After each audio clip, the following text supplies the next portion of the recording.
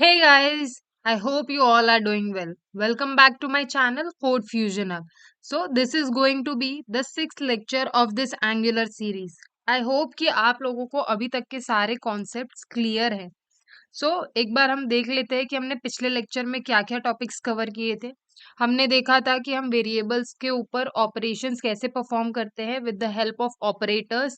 हम कैसे conditional statements लगाते हैं by using the if else loops and for loops का यूज हम कैसे करते हैं for iterating our values and while and do while loops का यूज कैसे होता है. ऑल्सो मैंने प्रैक्टिस सेट दिया था पिछले लेक्चर में. I hope you have practice that questions well. अगर आपको कोई डाउट है तो आप कमेंट सेक्शन में डाल सकते हैं and I will help you to resolve that doubts too. तो आज के लेक्चर में हम देखेंगे कि क्लासेस एंड ऑब्जेक्ट्स क्या होता है, how do we use them, constructor हम क्यों यूज करते हैं, प्रॉपर्टीज को इनिशियलाइज कैसे करते हैं and what is the need of initialising properties. Okay. And methods कैसे लिखते हैं, how does method works. Okay, ये सब देखेंगे. एंड हम लेजी लोडिंग राउटिंग का ही यूज क्यों करते हैं सिंगल पेज एप्लीकेशंस में, व्हाई इट इज प्रिफर्ड मोर. तो ये सब टॉपिक्स हम इस लेक्चर में कवर करेंगे. So let's start with our first topic. So we'll start with lazy loading routing. Okay. Okay. तो सबसे पहले हम अपना प्रोजेक्ट ओपन कर लेते हैं by using CMD. We'll just go into a project directory and we'll just open our VS Code.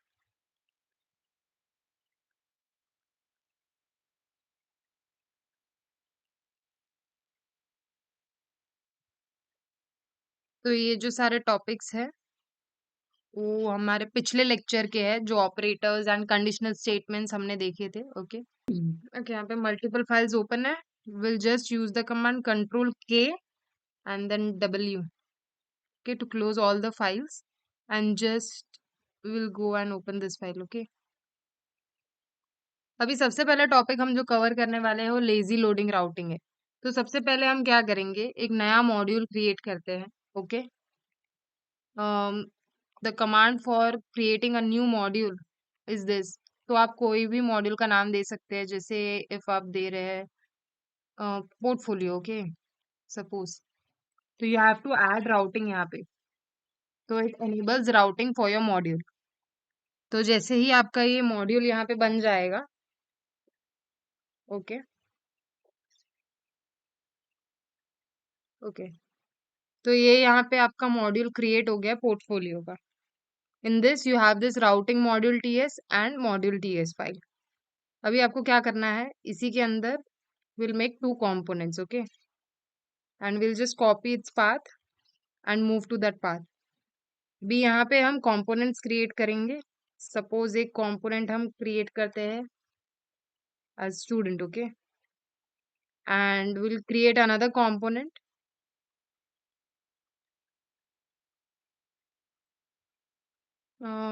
Let's say we'll create about us. Okay. तो ये एक हमारा मॉड्यूल हो गया पोर्टफोलियो, जिसमें हमने कंपोनेंट्स को क्रिएट किया है, that is student and about us. तो ये एक पूरा मॉड्यूल हो गया जिसके अंदर हमने दो कंपोनेंट्स को यूज किया है. Okay, will just run the project first by using this command. Okay.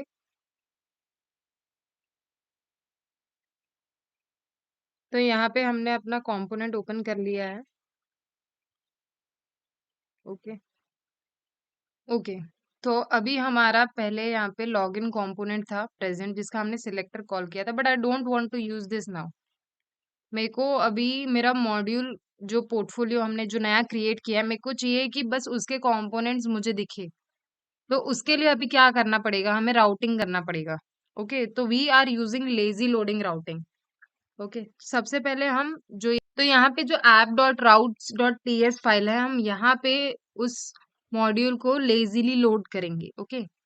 तो लेजी लोडिंग राउटिंग क्या होता है, ये एक टेक्निक होता है ताकि हम जो मॉड्यूल्स एंड कंपोनेंट्स का यूज कर रहे हैं हमारे प्रोजेक्ट में. ओके. तो उसको जब भी हमें लोड करना हो वेब एप्लीकेशन में, तो हम एक साथ सारे कंपोनेंट्स और मॉड्यूल्स को लोड ना करें. इससे सर्वर पे जो लोड है वो ज्यादा हो जाएगा. सो टू अवॉइड दिस हम लेजी लोडिंग टेक्निक का यूज करते हैं। इससे क्या होगा, इफ मैंने अभी जो मॉड्यूल क्रिएट किया दैट इज पोर्टफोलियो, इफ मुझे चाहिए जब भी मेरा एप्लीकेशन इनिशियलाइज हो, मुझे सिर्फ पोर्टफोलियो मॉड्यूल को तभी इनिशियलाइज करना हो, तो I can use lazy loading routing and I can just initialize portfolio module. मुझे सारे मॉड्यूल्स जो लॉगिन नैवबार कंपोनेंट्स मॉड्यूल्स वो सब साथ में उसको लोड देने की जरूरत नहीं है। ओके, तो ट्रेडिशनली जब भी हम लेजी लोडिंग का यूज नहीं करते थे, तो तभी क्या होता था कि जो इनिशियल लोड टाइम है एप्लीकेशन का वो भी बढ़ जाता था, क्योंकि सारे मॉड्यूल्स कंपोनेंट्स को हम इनिशियली लोड कर देते थे।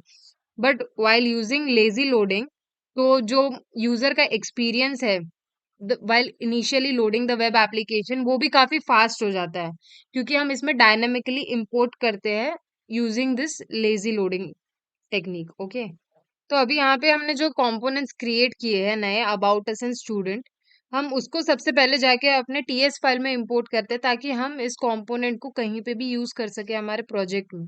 ओके, तो first is our about us component. Okay, वो ऊपर इंपोर्ट्स में आ जाता है, हमें उसको मैन्युअली इंपोर्ट करने की जरूरत नहीं है। And second is a student component.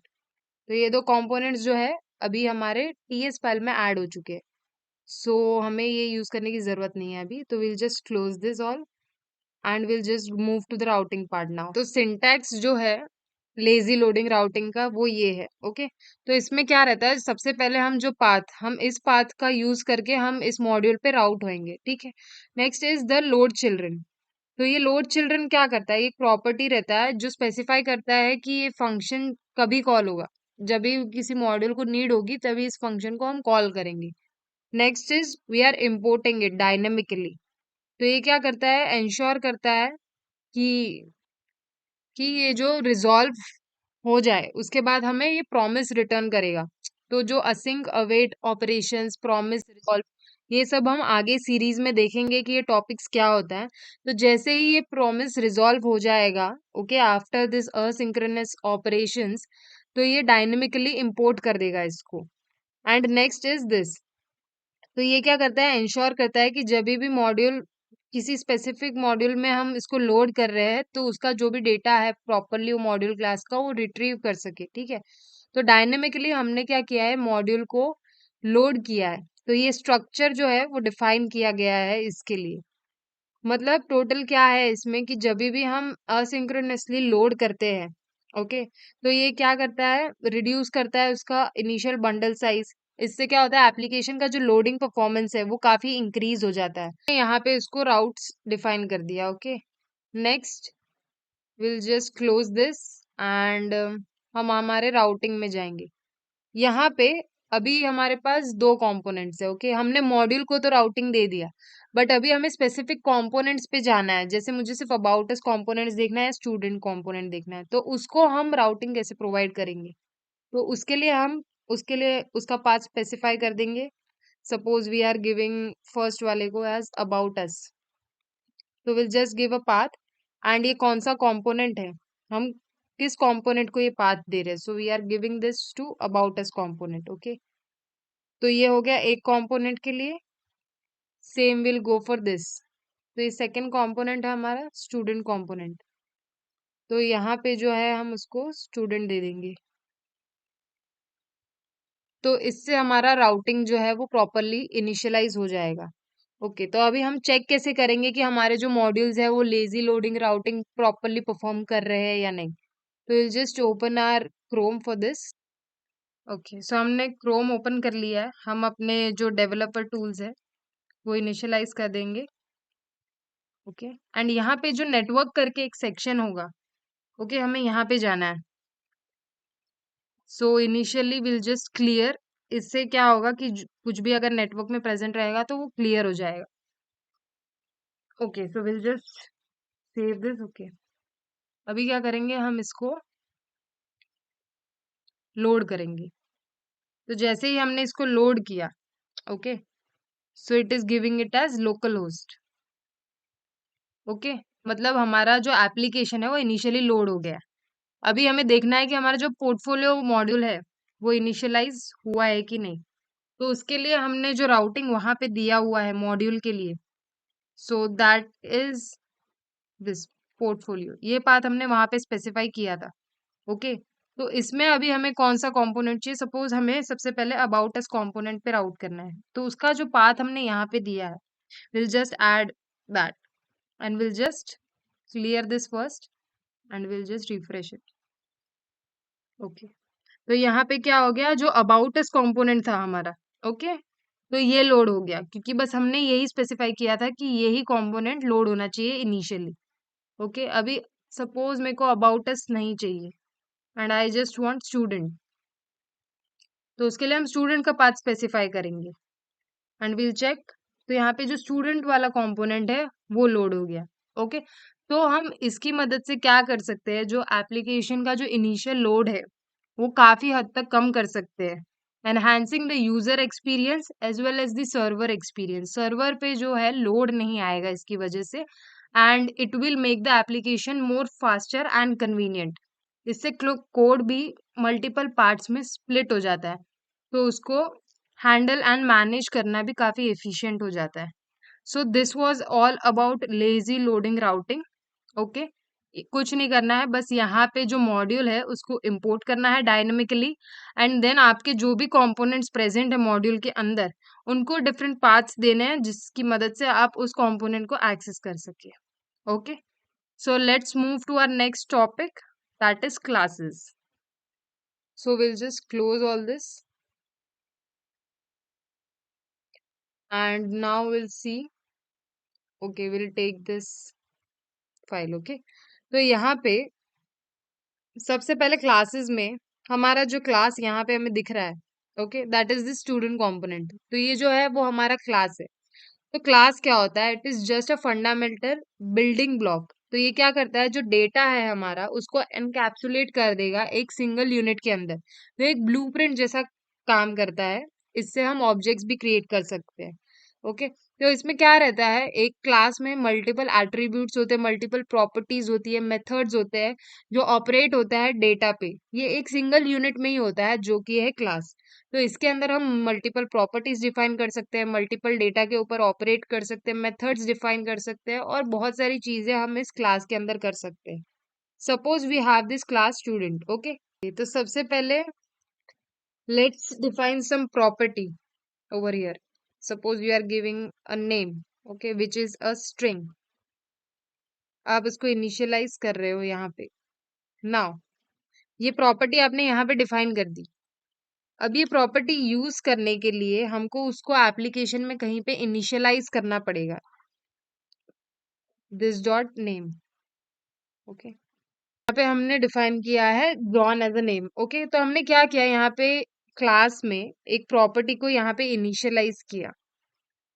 अब प्रॉपर्टीज क्या होता है, वेरिएबल्स होते हैं जो कि हम डिक्लेयर करते हैं क्लास में। तो ये डिफाइन करता है कि जो भी डेटा रहेगा, ठीक है, उसके हेल्प से हम ऑब्जेक्ट क्रिएट कर सकते हैं जो इस क्लास में होगा।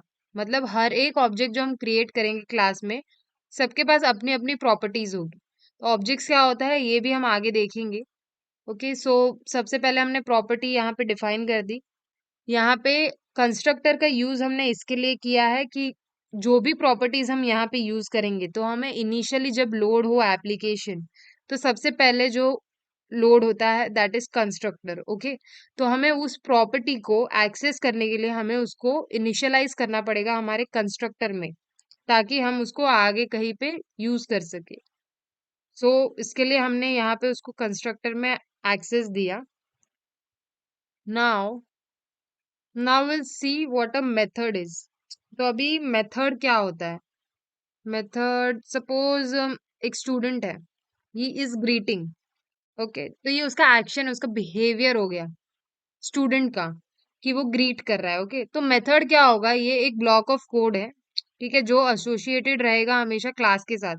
तो ये क्या करता है, स्पेसिफिक एक्शन या बिहेवियर को परफॉर्म कर रहा है ये। तो मेथड्स मतलब प्रोसीजर्स भी बोल सकते हैं आप इसको, फंक्शंस भी बोल सकते हैं, जो बिहेवियर्स एंड एक्शंस को परफॉर्म करता है क्लास के अंदर। तो ये क्या करता है, मेथड जो है वो ऑपरेट करता है डेटा के ऊपर, ओके। एंड वो ऑब्जेक्ट्स के साथ भी इंटरेक्ट कर सकता है, और मेथड्स को हम क्या कर सकते हैं, रीयूज कर सकते हैं प्रोग्राम में। अगर हमने इसको यहाँ पे अगर इनिशियलाइज किया तो हम उसको कहीं और पे भी कॉल करके इसको रीयूज कर सकते हैं। तो मेथड एक तो बिना पैरामीटर्स एंड आर्ग्यूमेंट्स का होता है, जैसे कि ये। एंड ऑल्सो इसमें हम पैरामीटर्स एंड आर्ग्यूमेंट्स भी पास कर सकते हैं। ओके, तो ये एक मेथड है ग्रीटिंग का। यहाँ पे suppose we are logging the value as greet. Okay, तो ये हमारा एक क्लास हो गया स्टूडेंट का, जिसके अंदर हमने प्रॉपर्टीज डिफाइन की है, दैट इज नेम। अभी के लिए हमने सिर्फ नेम को डिफाइन किया है। नेक्स्ट इज अ कंस्ट्रक्टर, जहाँ पे ये जो प्रॉपर्टी हमने डिफाइन की है, ओके, उसको इनिशियलाइज करने के लिए हमें उसे कंस्ट्रक्टर में यूज करना पड़ा। तो we are just initializing that property. And next is the method. Okay, तो ये जो क्लास है ये एक ब्लूप्रिंट है, जिसके अंदर मल्टीपल प्रॉपर्टीज है उस क्लास की। ओके, एंड देन ये जो मेथड है वो बिहेवियर या एक्शंस है उस क्लास के लिए, कि वो क्या परफॉर्म कर रहा है। जैसे स्टूडेंट है, तो suppose student is greeting meeting. Okay, तो ये सब जो है ये उसके बिहेवियर है, उसके एक्शंस हो गए।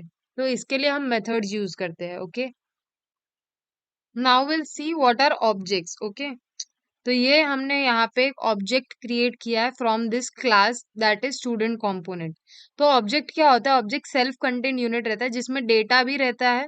ओके, जिसमें एट्रीब्यूट्स, प्रॉपर्टीज, मेथड्स, सारे ऑपरेशन सब कुछ रहता है, जो कि एक क्लास में है। तो ये जस्ट एक इंस्टेंस है क्लास का, मतलब ये बेस्ड ऑन जो भी क्लास का ब्लूप्रिंट था, एक इंस्टेंस बना लेता है यहाँ पे। तो जो भी स्टूडेंट क्लास की प्रॉपर्टीज है, सपोज यहाँ पे नेम है, एज हो सकता है, जेंडर हो सकता है, multiple properties, suppose multiple methods है यहाँ पे, तो हम उसका क्या कर सकते हैं, इंस्टेंस बना के उसको क्लास के बाहर भी यूज कर सकते हैं, जैसे यहाँ पे किया है। तो यहाँ पे मैंने क्या किया है, एक वेरिएबल डिफाइन किया है कॉन्स्ट का। ओके, इन दिस मैंने उसको एक वेरिएबल को एक नाम दे दिया है, and you have to assign new. Okay, new to this component, तो it will create an object for you. उसके बाद हम क्या करेंगे, हम उसकी प्रॉपर्टीज को एक्सेस करेंगे। हमने यहाँ पे एक ऑब्जेक्ट बना लिया, यहाँ पे क्या किया है, एक इंस्टेंस बना लिया है इस क्लास का, स्टूडेंट कंपोनेंट का। उसके अंदर से हम जो भी उसकी प्रॉपर्टीज है, मेथड्स है, हम उसको एक्सेस कर सकते हैं यहाँ पे। तो हम वही उसकी प्रॉपर्टीज को एक्सेस करने के लिए क्या करेंगे, जो हमने वेरिएबल जो यहाँ पे उसको स्टोर किया है, यहाँ पे जिसमें हमने ऑब्जेक्ट को क्रिएट किया है, वहां से जो भी प्रॉपर्टी, सपोज हमारा प्रॉपर्टी नेम था, तो हमने नेम को इसको ऐसे एक्सेस किया है। सपोज इफ आपको मेथड एक्सेस करना है, तो मेथड एक्सेस करने के लिए आप क्या कर सकते हो, सिर्फ जो वेरिएबल है, okay, and give that method. Okay, तो इसका आउटपुट क्या रहेगा, जो यहाँ पे प्रिंट हुआ है। So will just check once. Okay, तो यहाँ पे हम देख लेते हैं। तो हमें इसका आउटपुट क्या मिला, ऑब्जेक्ट्स के लिए जॉन मिला, एंड जो हमने नीचे जो मेथड कॉल किया है, ओके, दैट इज ग्रीट। तो हमें ये दोनों भी एक्सेस करने मिला है, which is outside the class with the help of the objects. Okay, तो ये होता है classes, properties, constructor, methods and objects. These are objects. Okay,